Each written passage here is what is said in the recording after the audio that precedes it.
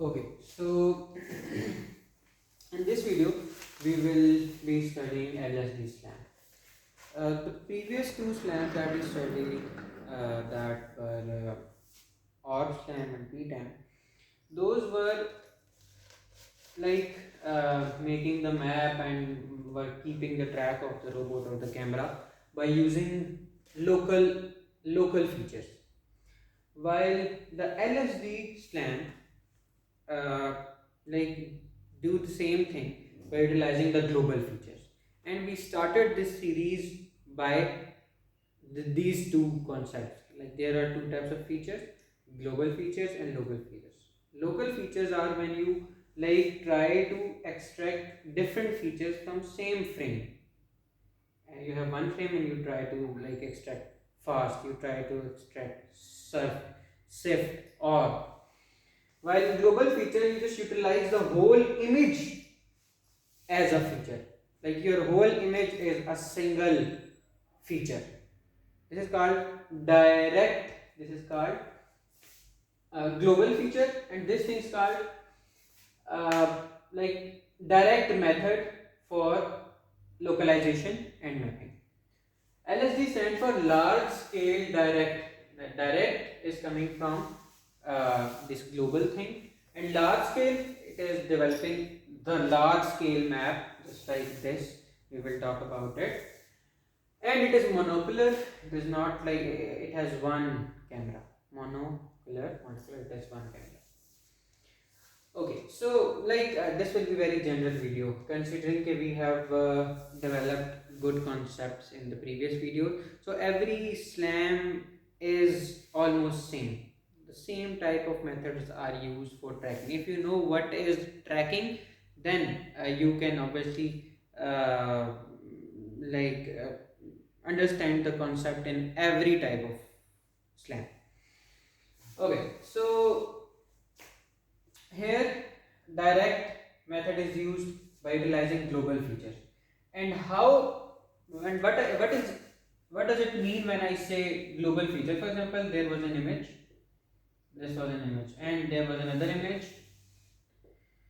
Now instead of extracting orbs, shifts, surf, etc. like local feature, you made something that was the identification of this complete image. For example, you can make a graph, you can make a histogram, for example, that on x-axis you let's say plot different like intensity values maybe, and with this histogram it will just show okay, which intensity is present in which magnitude, for example. Or maybe there are other methods as well. You can maybe do the same thing by maybe marrying different colors, or there are many other ways as well. There are many other ways. So for example, now this image is represented by this graph. So in LSD Slam they utilize this method, direct image alignment, in which they are simply comparing the intensity values. They make a histogram of one, maybe like they make histogram, or maybe they are using any other sort, maybe they are making a vector. For example, they extracted the intensity information of one frame and similarly for the other frame. Now comparing these two intensity graphs or intensity plots of two frames, they will judge whether these two images are same, and how, if they are not same, how much transformation has occurred between the two, and that is how they are like estimating the pose, and obviously they are tracking the slam, okay, or they are localizing, or and obviously they are making the map. So this is like the main concept in LSD Slam. They are using global features, unlike Orb and PTAN, which were using the local feature. Okay, and in LSD Slam, reconstruction is done. 3D reconstruction is done in pose graph keyframe. Pose graph. What is pose graph? This is a graph in which every node, like previous slams, represent a keyframe, and the edge between them represents the transformation between this and this keyframe. So if obviously the robot has moved this way, the graph will look like graph will be like tilted towards here.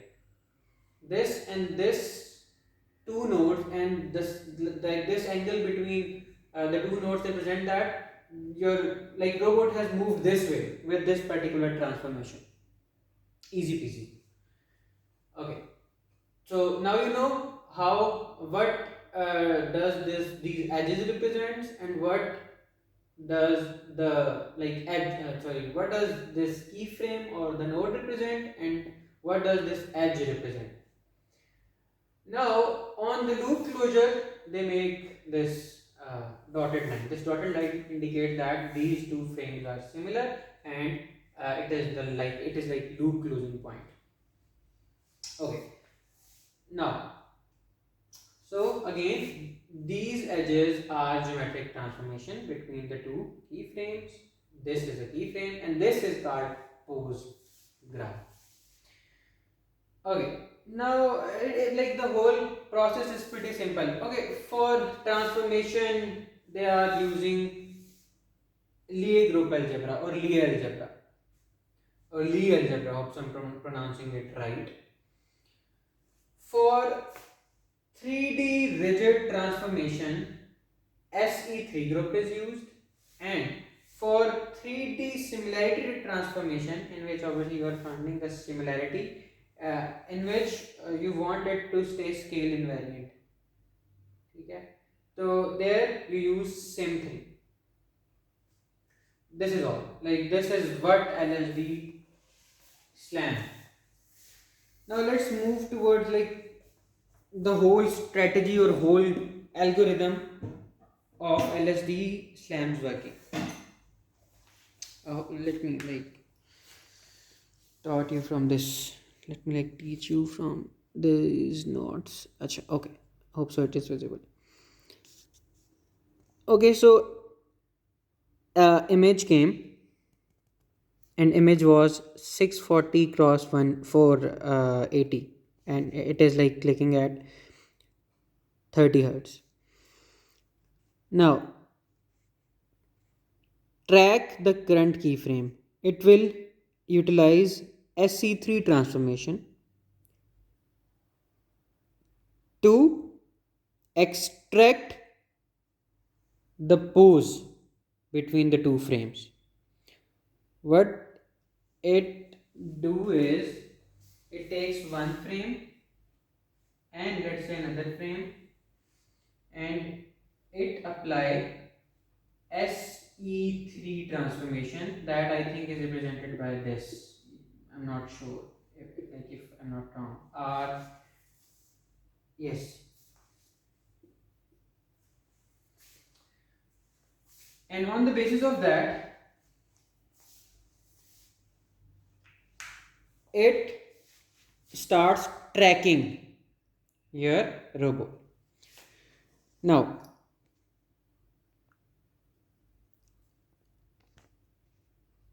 a new keyframe appeared and now you have to decide whether the keyframe, like a new frame appeared and now you have to decide whether it is a keyframe or not. Now, if it is not a keyframe, you will refine the current keyframe. Okay? And secondly, you will regularize depth map. Now they are estimating the depth map as well by utilizing the same global features. Just like it is done in stereo images, you must have two images to find or estimate the depth. They will use these two images, like any two images. It is a monocular camera, so there will be two different images clicked at two different timestamps, and they will use these two images to extract the depth maps. Obviously, the tracking cannot be done if you have no idea about how far the object is from the camera or from the robot. So they are doing this from the global features and utilizing the Lie group algebra. This thing. Okay. Now current frame is estimated. This like whole package is called depth map estimation. This is tracking. You started your tracking and then you are estimating, like for making the map you need to extract depth information as well. Okay, so here you will decide whether you need to take it as a keyframe or not. If it is a keyframe, you will add the information to the map, and for doing it you will utilize sim3. Now why sim3 is utilized here? Why? Because to plot a point in the map you need to consider scale and viewpoints as well for this type of transformation, and therefore they use sim3 here. While just to find like pose between the two, you can use SE3. You can like read about the Lie algebra. This is not the topic. Obviously, this is like a separate algebra. Just like there are different groups in uh, binary algebra that like for example there was a group which when you were in your metric or FSC class, so in which a special types of operations can be performed within the elements of that particular group. Similarly, there are different types of group with different properties, and this Lie group obviously have some properties, and you need to like read about Lie groups to understand this. But now it is okay enough to understand that SE3 is used in tracking and Sim3 is used to make map. Why? Because for making the map you need to consider scale and viewpoint changes as well. And like this is all about Lsd Slam. It was very basic introduction of Lsd Slam so that you can read the things or you can read the paper on your own, and you can now hopefully you will now understand the paper. This was all about Lsd Slam. See you in the next video. Love you all.